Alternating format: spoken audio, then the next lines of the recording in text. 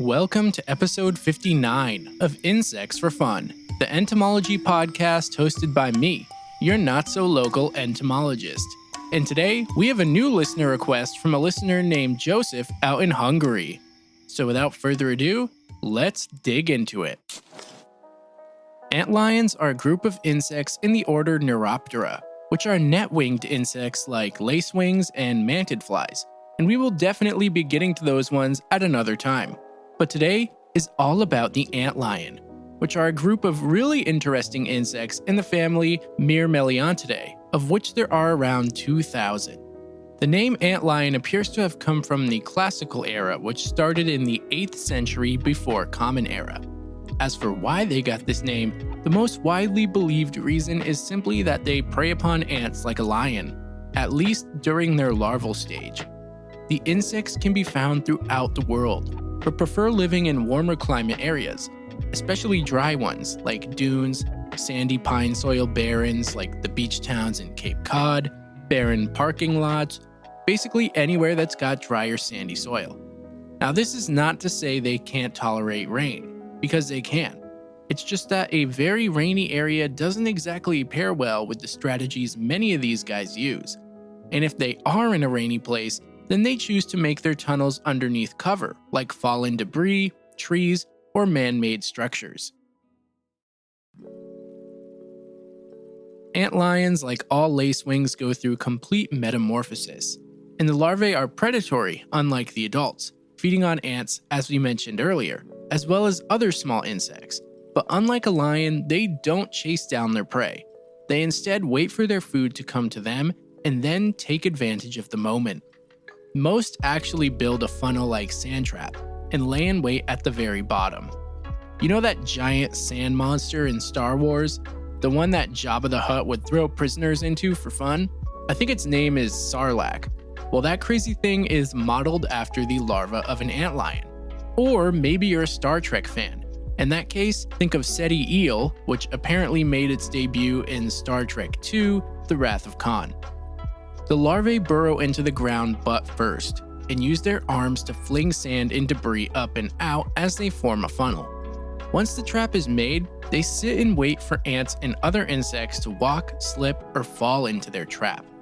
They can tell something is there by feeling the vibrations in the sand using sensory hairs on their body, which I talked about in a recent episode. These sensory hairs are pretty good and can detect movement of nearby insects that haven't even entered the funnel trap.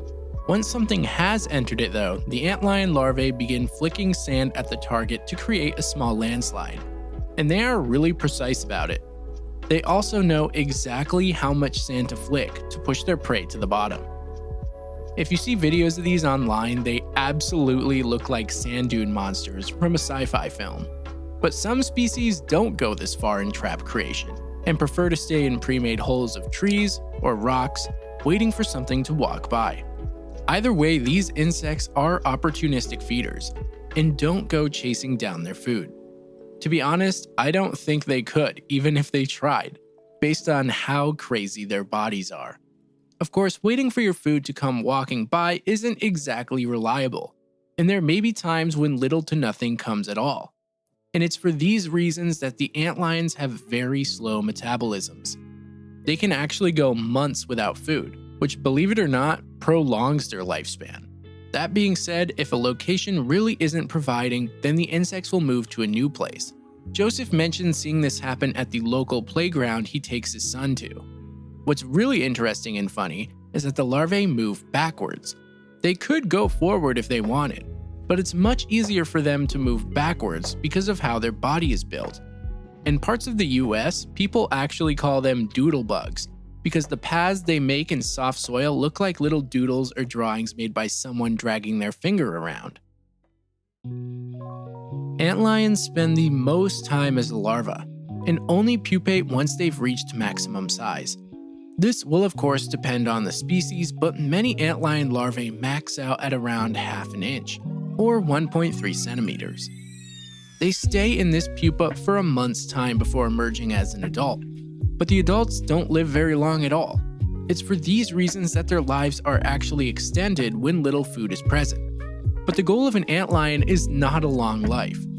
The adults usually last less than a month, with 45 days being the very longest. They do have mouths though.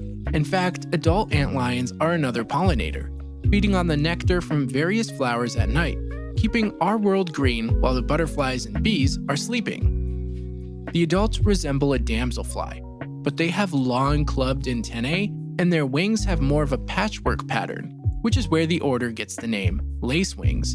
You probably wouldn't encounter one though, unless you have lights outside your place at night or you decide to raise one from its larval stage. But you know who has encountered them? Our friend Joseph, who has managed to also raise these in captivity. He actually has a lot of experience with rearing antlions as well as studying them as a fellow insect enthusiast. Now, fortunately for us, he has shared a lot of his knowledge with me to give to you. So, Joseph used to collect antlions by first finding their trails and funnels. He mentioned that it's pretty easy to find them in areas that are covered by shade, like under slides or other structures on playgrounds, for example. Now, to get them out of the sand takes some careful work on the part of us, because simply digging them out with your hand is not only difficult, but it could also damage them. Joseph recommends using a filter or a small thin twig to expose them. I've also read online that you can use a straw to gently blow air into the funnel, which can show you exactly where they are. Afterwards, you simply place them in a jar filled with sand. These insects are not picky about what you place them in, so long as it's roomy enough.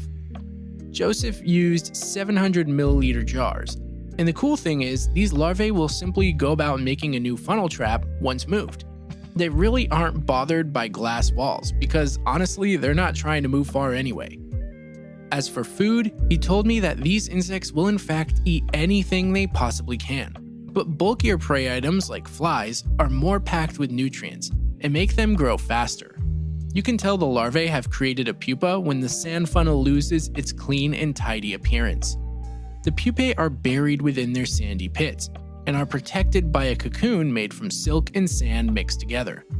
If you have one in a container at this point, you will need to make sure it has something to crawl on and enough space to spread its wings. Joseph mentions that the cocoons are almost perfect spheres and are really fun to look at. He actually used a separate container specifically for these and mentioned that if you raise more than one antlion in a jar, it is very important to move the pupa out if the other is still a larva, because the larva will try to eat it. Now, speaking of eating, the mouths of antlions aren't much of a mouth at all. They're basically slits that can't open and close the way we eat food. So the insects must first make their prey edible. To do this, the antlions inject a digestive enzyme through their large pincers, and then drink the fluids. Yum. When they finish, their food gets tossed out of the pit, and this can result in a pile of corpses. Apparently, it's not uncommon for antlions to make dens near each other, and the piles of corpses from one pit might actually help a nearby antlion that hasn't gotten so lucky, because studies show that the incoming ants usually don't fall into the traps with corpses. And it's not because they aren't interested. It's actually quite the opposite.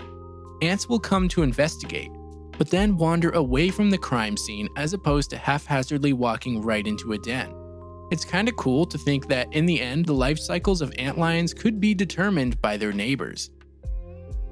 Now, when it comes to predators, there are different ones depending on the life stage. Adult antlions will get eaten by birds and bats, while the larvae tend to be susceptible to parasitoids. And based on findings from researchers, it would appear that third instar antlions are the most at risk. It totally makes sense too, because the larger the host, the better. Joseph also mentioned that from wild collected antlions, the rate of parasitization was pretty high. Basically, it comes down to how young the antlion larva is when you find it. The younger, the better, if you want the best chance of avoiding an unwanted wasp.